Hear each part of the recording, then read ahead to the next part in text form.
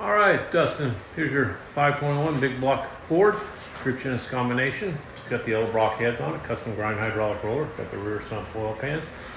Got your EFI manifold all blacked out for you, front end all blacked out.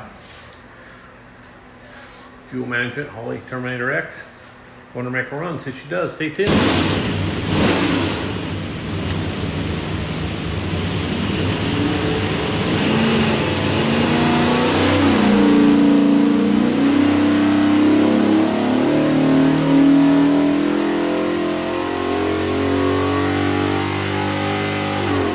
Okie doke, 3,400, it's 586 foot-pounds of torque, peaks torque 616, pretty awesome.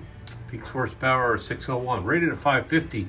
Runs so good, it's got the open planet manifold as far as the EFI, so typically that 550s with a dual plane. So runs really good. We'll pull the pipes back, make sure it's good and clean, show you a couple things here. See if you're in, you find this thing looks like a credit card.